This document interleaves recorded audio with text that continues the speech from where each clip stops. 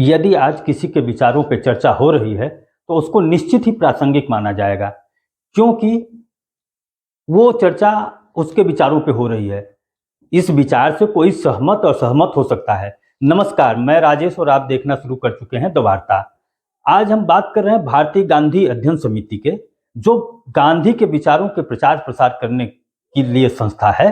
उसका 44वां अधिवेशन वाराणसी में हुआ। संपूर्णानंद संस्कृत विश्वविद्यालय के प्रांगण में उसका 44वां अधिवेशन हुआ, जिसके अध्यक्षीय संबोधन में, उद्घाटन सत्र के अध्यक्षीय संबोधन में संपूर्णानंद संस्कृत विश्वविद्यालय के कुलपति प्रोफेसर बिहारी लाल शर्मा ने अपना अध्यक्षीय उद्बोधन दिया और उन्होंने बताया कि गांधी महात्मा कैसे बने। आप इसको देख सकते हैं, सुन सकते हैं। अगर आप हमारे चैनल पे नए हैं तो चैनल को सब्सक्राइब करिए। वीडियो अच्छी लगेगी तो इसको शेयर करिए, जिससे कि हम इस तरह की वीडियो बना सकें, हमको मोटिवेशन प्राप्त हो। महात्मा गांधी मोहनदास करमचंद से महात्मा कैसे बने। गांधी दर्शन आज हम सब के लिए बहुत प्रासंगिक है, केवल भारत के लिए नहीं, दुनिया के लिए प्रासंगिक है।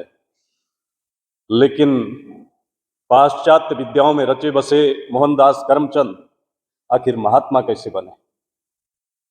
उनको महात्मा बनाने में भारतीय विद्याएं, वो महात्मा तब बने जब उन्होंने भारतीयता का दर्शन किया, भारतीय विद्याओं का आलोड़न किया और भारतीय विद्याओं में रचे बसे। लेकिन उनकी सबसे बड़ी विशेषता यह थी कि उन्होंने भारतीय विद्याओं को केवल पढ़ा नहीं, उसको आत्मसात करके अपने जीवन में उतारा। हमारे लिए सबसे बड़ी प्रेरणा की बात यह है, भारतीय विद्याओं को तो पढ़ते तो बहुत हैं, लेकिन अपने जीवन में कौन उतार पाता है। यह सीख महात्मा गांधी से मिलती है। वो व्यक्ति जो पाश्चात्य विद्याओं में रचा बसा था, पढ़ा था, जिसका लालन पालन बड़े उच्च संभ्रांत परिवार में हुआ था, वो आखिर अपरिग्रही कैसे बना, वो आखिर अहिंसावादी कैसे बना, वो आखिर सत्यवादी कैसे बना।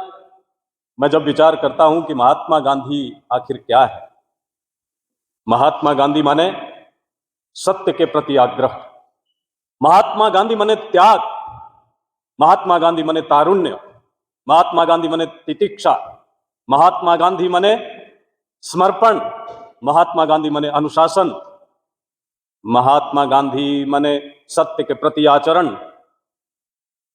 ये सारी बातें महात्मा को महात्मा बनाती। हमें गर्व इस बात का है कि जिन विद्याओं ने महात्मा सामान्य मोहनदास को महात्मा बना दिया, ये विश्वविद्यालय उन्हीं विद्याओं को लेकर के चलने वाला विश्वविद्यालय है। ये संस्कृत है जिसने एक सामान्य पाश्चात्य विज्ञान में रचे बसे विद्यार्थी को, एक साधारण इंसान को असाधारण बना दिया। इसलिए जब हम ये कहते हैं कि भारतीयता, भारती, इसको जो अपनाना चाहता है उसको संस्कृत सीखनी पड़ेगी, उसको जीवन को संस्कृतमय बनाना पड़ेगा।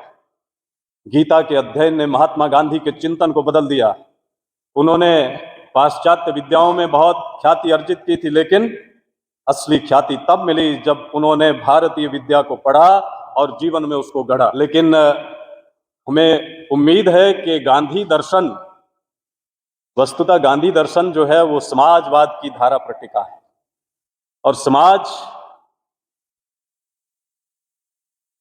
सम्यक रूपेण समम अजंति जना अस्मिन् इति समाजः।